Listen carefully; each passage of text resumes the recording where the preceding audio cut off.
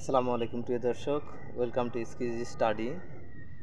এখন আমি আপনাদের সামনে কথা বলবো বাংলাদেশ ক্রিকেট টিম নিয়ে। বাংলাদেশ ক্রিকেট টিম গত 10ই জুলাই শ্রীলঙ্কার সাথে একটা টি-20 ম্যাচ খেলছেন। আপনারা সকলেই জানেন যে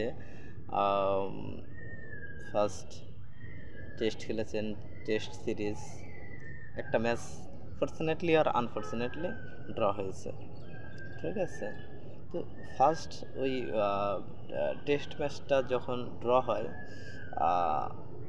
আসলে তখন আমি বিশ্বাস করতে পারতেছিলাম না যে বাংলাদেশ টিম এত ভালো খেলা হয়তো বা তাদের জন্য না, ধারাবাহিকতা দেখলে এরকমই একটা মনে হয়, ঠিক আছে।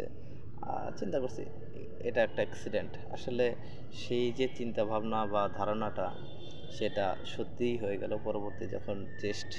পরবর্তী টেস্ট ম্যাচটা যখন দেখলাম, তারপরে ওয়ানডে সিরিজ দেখলাম, দেন টি-20 সিরিজ 10 জুলাই দিয়ে শুরু হয়েছে, যেখানটায় দেখা যায় বাংলাদেশ টিম কতটা হতাশাগ্রস্ত, কতটা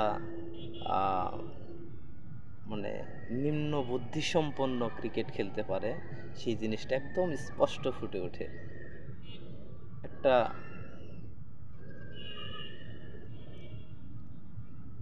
একটা প্লেয়ারও নাই যে কিনা এই খেলাটাকে একটু ভিন্ন রূপ নিয়ে যেতে পারে, ঠিক আছে। কোনো একটা আপনি ওপেনিংয়ে দেখবেন, ওপেনিংয়ে নাই, আপনি মিডল অর্ডার দেখবেন, নাই।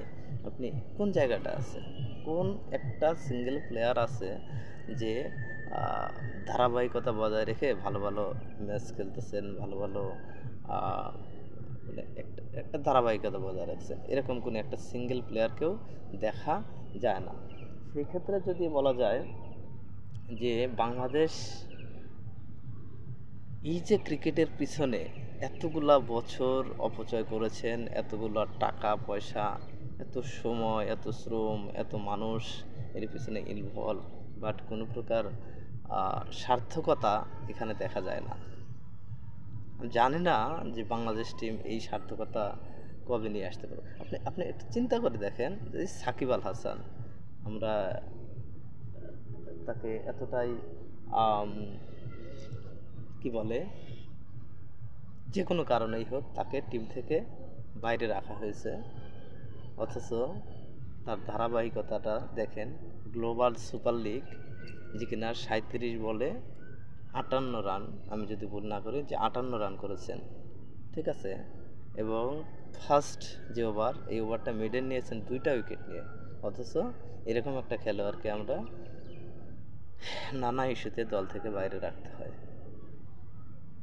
আমি বলছি না যে সে আসলেই সব কিছু চেঞ্জ হয়ে যাবে, এরকম না, বাট অন্তত একটা ভরসার জায়গা তো থাকবে, একটা এক্সপেকটেশনের একটা বিষয় থাকবে, ঠিক আছে। সেই জিনিসটা বাংলাদেশ টিম থেকে এখন আমরা আর পাই না। জানি না কতদিন এই হতাশা নিয়ে থাকতে হবে। পরবর্তী ম্যাচ দেখার জন্য সবাইকে আমন্ত্রণ রইল। খুদা হাফেজ।